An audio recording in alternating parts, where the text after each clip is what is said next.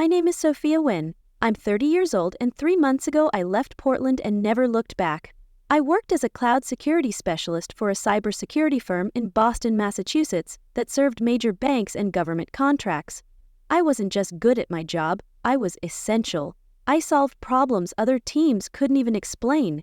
My code outsmarting threats that kept CEOs awake at night. But outside of work, I didn't exist. At least not to my family. We hadn't spoken since 2018, when I walked away from their dismissive sneers. So, when my phone buzzed on a quiet Wednesday night in October 2024, I was stunned to see my cousin's name. Lila was the only one who had my new number. "Sophia?" she said softly, her voice trembling with urgency. "Your parents are trying to reach you. They want you to come home for Christmas."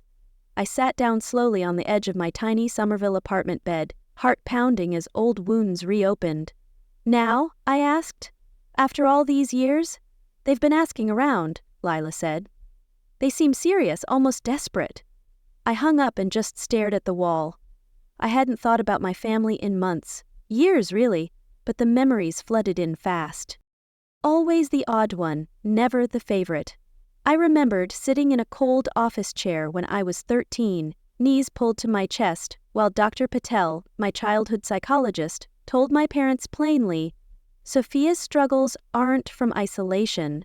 They're from being ignored, pushed aside for someone shinier."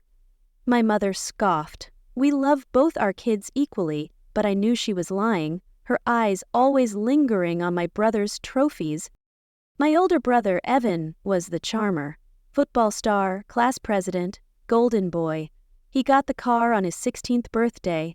I got a thrift store sweater that still smelled like someone else. Even at Christmas, Evan's gifts sparkled under the tree.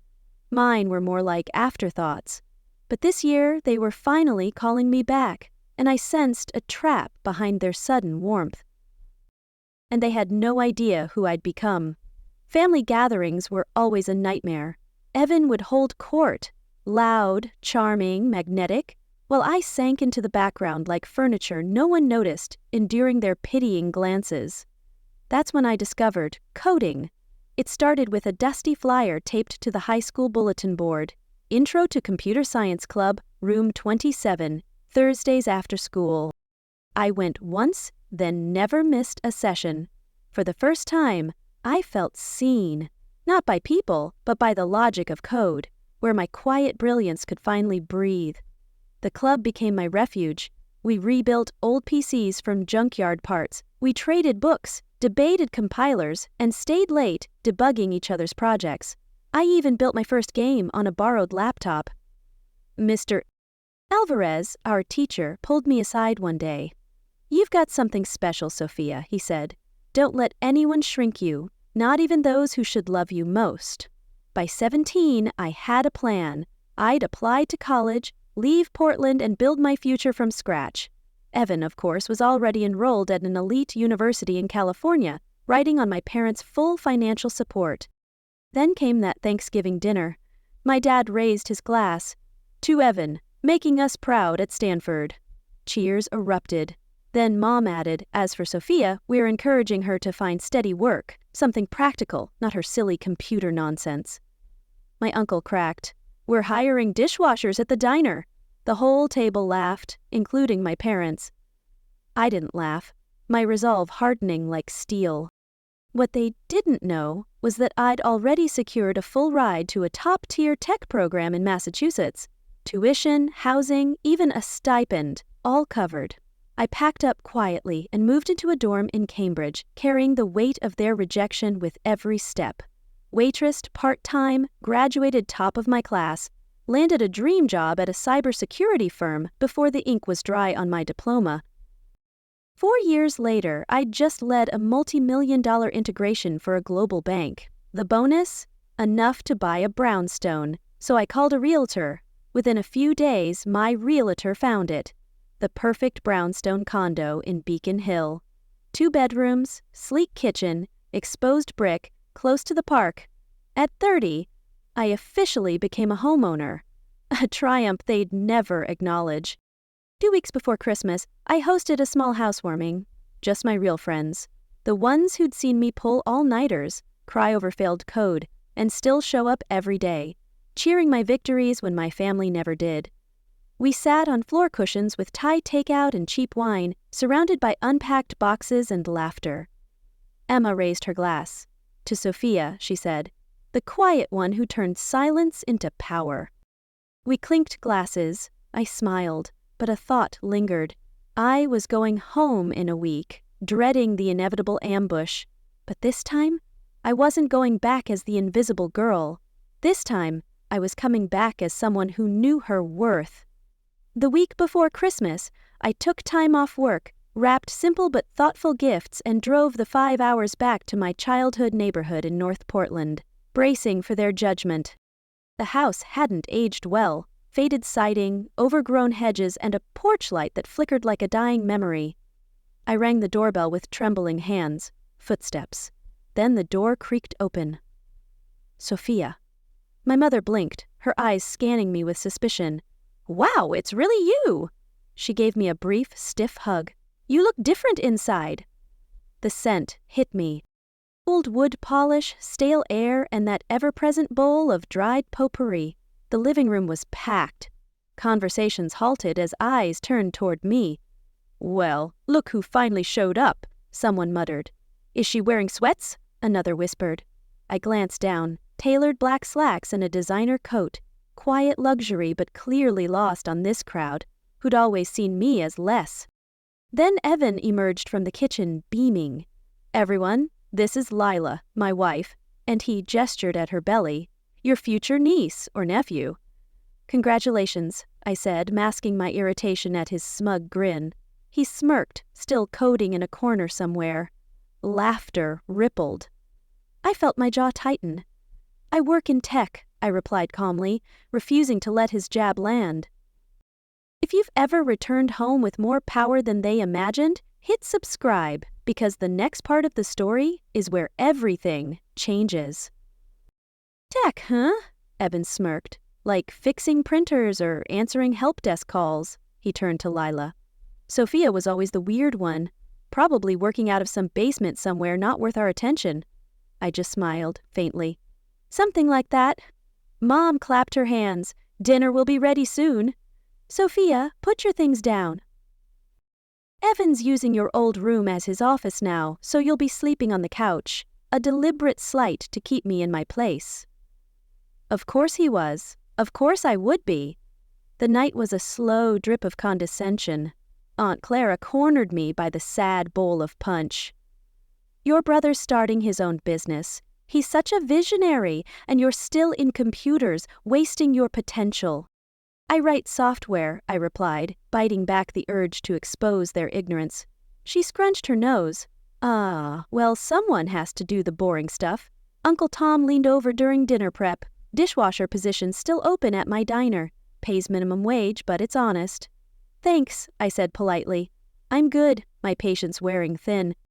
At dinner, they set me at the far end of the table, next to the kitchen door, a silent reminder of my outsider status. Evan predictably held the spotlight. This is going to disrupt everything, he declared. We just need the startup capital to launch. How much? Dad asked. $100,000, 0 cents to get rolling, Evan said casually. Nearly choked on my water. It was every cliché failed startup pitch I'd ever heard. We'll figure something out, Mom said, patting his hand. Family helps family, but never for me. After dinner, she handed me a blanket and gestured toward the couch. Christmas morning came with Evan and Lila storming down the stairs like kids, presents piled high. They unwrapped mine, luxury gifts thoughtfully chosen.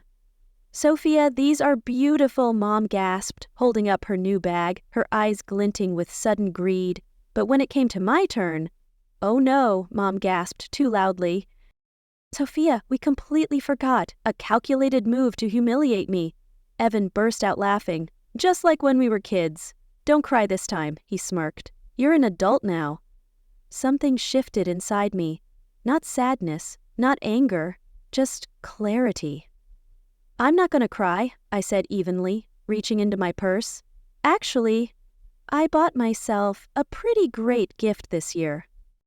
I pulled out my keychain and held it up. The brushed steel caught the light. Mom frowned. "What's that?" "Keys," I said simply. "To my new apartment. I closed on it last week." Silence fell like a dropped plate. Dad blinked. "You bought an apartment with money?" I said, "From my job. My company just licensed a cybersecurity framework I built to a major international bank. My cut was solid." Mom's eyes narrowed. "How solid?" I shrugged.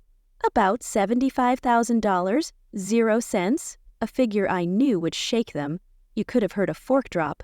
Evan's mouth hung open. Lila's eyes widened. Mom and Dad stared like I'd confessed to living a double life. $75,000, 0 cents, Mom said, her voice pitching up. "What kind of job pays bonuses like that?" "I told you," I said calmly. "I'm a cloud security specialist. I build enterprise security systems for Fortune 500 clients, something you never cared to understand." Dad leaned in. "How long have you been earning this kind of money?" "Since graduation. The bonuses change, but my salary's been 6 figures for a while. That's when the switch flipped." Mom stood up, all sunshine and sugar. "Sweetheart, why didn't you tell us? We're so proud of you." Her words ringing hollow. Dad chimed in. "Evan, did you hear that? Your sister works with Fortune 500 companies." Evan's jaw clenched, his envy palpable. Lila leaned in, whispering something into his ear. Mom perched beside me. "So tell us about this apartment. How many bedrooms?" 2 bedrooms, 2 baths, Beacon Hill, close to work," she beamed. "We should visit." "Family should stick together," a lie I saw right through. I almost laughed. "Family? After 6 years of silence?" "Actually," I said standing, "I've got a long drive ahead." Mom reached for my arm. "You just got here. Stay." Her grip tightening. Dad nodded. "We haven't even talked about your career." As I packed, I could hear them whispering, voices hushed and urgent. When I came back downstairs, suitcase in hand, they were waiting.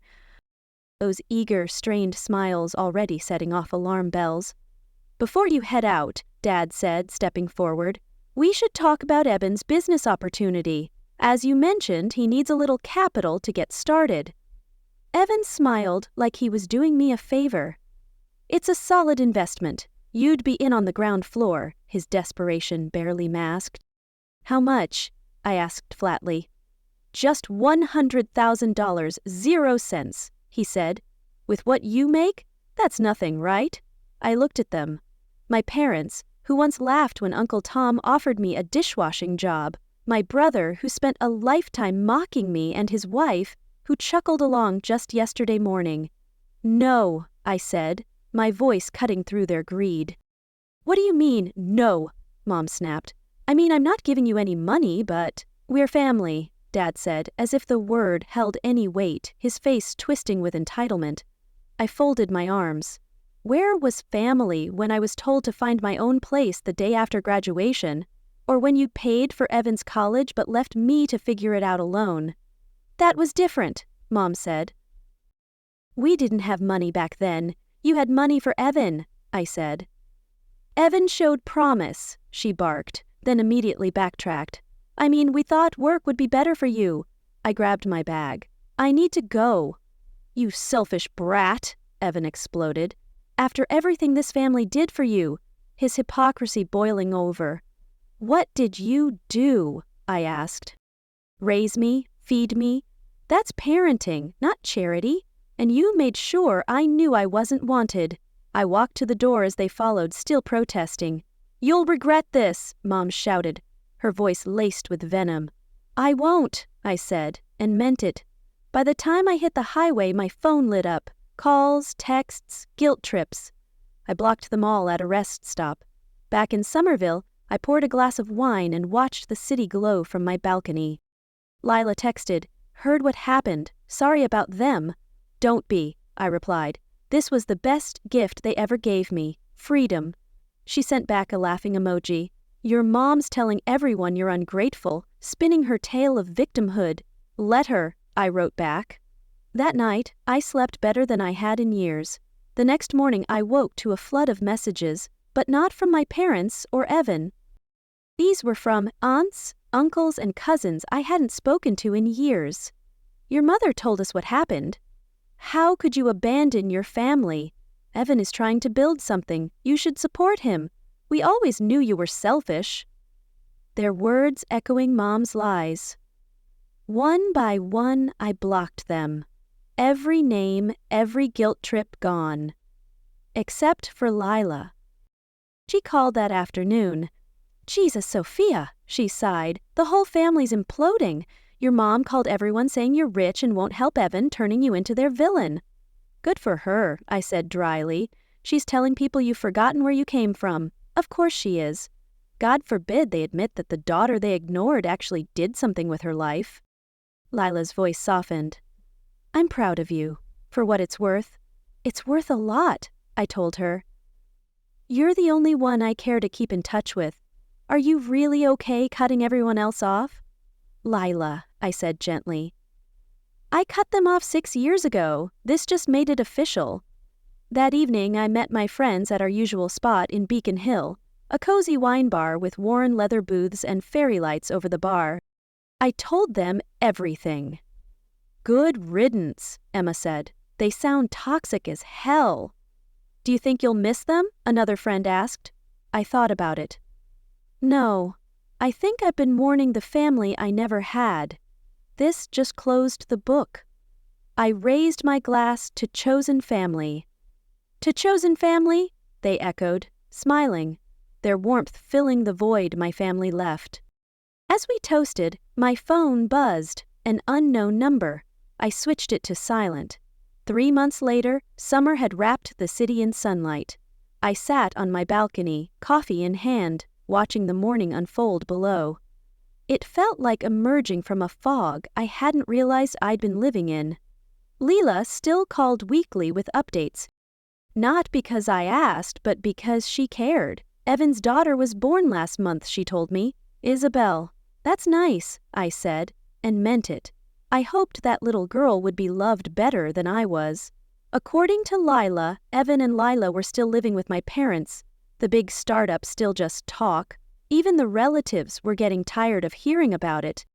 Apparently, my parents had turned my betrayal into their favorite sob story. At every family gathering, they painted me as the ungrateful daughter who vanished despite all their sacrifices, a narrative that crumbled under scrutiny. Meanwhile, my life had taken a turn I wouldn't trade for anything. 1 month after that disastrous Christmas, I met Noah at a coffee shop near my office. A freelance designer with a gentle smile and a deep respect for boundaries, he understood the tech world and, more importantly, understood what it meant to walk away from a toxic family. He had done it too. Work was thriving. I'd been promoted to lead cloud architect for a major AI security integration. The pay raise was great, but what thrilled me more was the freedom to build something groundbreaking, a legacy they could never claim. My team respected me. My ideas mattered. I was finally building the kind of life I used to dream about from a lumpy couch in my parents' basement. About a month ago, Evan somehow got hold of a new number and called. Hey, Sophia, he said awkwardly. Chipper. Thought we could catch up. What do you want? I asked. Hurry, Isabel should meet her aunt. Things are tight right now. Mom and Dad's house needs work. No, you don't even know how much. Doesn't matter, he exploded, his entitlement unchanged. I hung up, blocked the number, and as I sat there in my own apartment sipping coffee beside Noah, I felt nothing but peace. Everything they said I'd never have. Love, stability, success. I'd built on my own terms. Lila later mentioned they were turning my old bedroom into a nursery. It didn't sting. That room never felt like mine. This one does. They still tried reaching me through distant cousins and family friends. My favorite was Aunt Clara's voicemail. Family is forever. Sophia, a plea I ignored. But I'd already walked away, and I wasn't turning back. Noah and I were planning a trip to Japan next month. We'd been learning the language, mapping temples, and bookmarking noodle shops. Lila messaged me.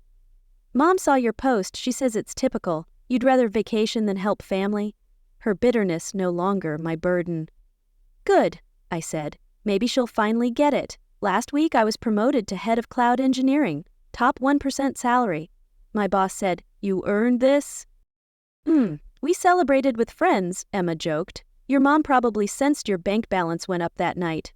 Noah brought champagne to the balcony. Let's buy a house, I said. With space, a yard, maybe a dog. My phone buzzed. Lila again. Mom says, you must be a drug dealer. I laughed. Let them spin their stories, I am living mine, free from their chains. If you've ever felt invisible in your own family, I'd love to hear from you. Drop a comment, tell me what you walked away from, what peace you built. Your support reminds me that I'm not alone, and maybe you need that reminder too. My advice? Don't wait for permission to choose yourself. Build the life that reflects your worth, not their expectations. And if you relate, hit subscribe.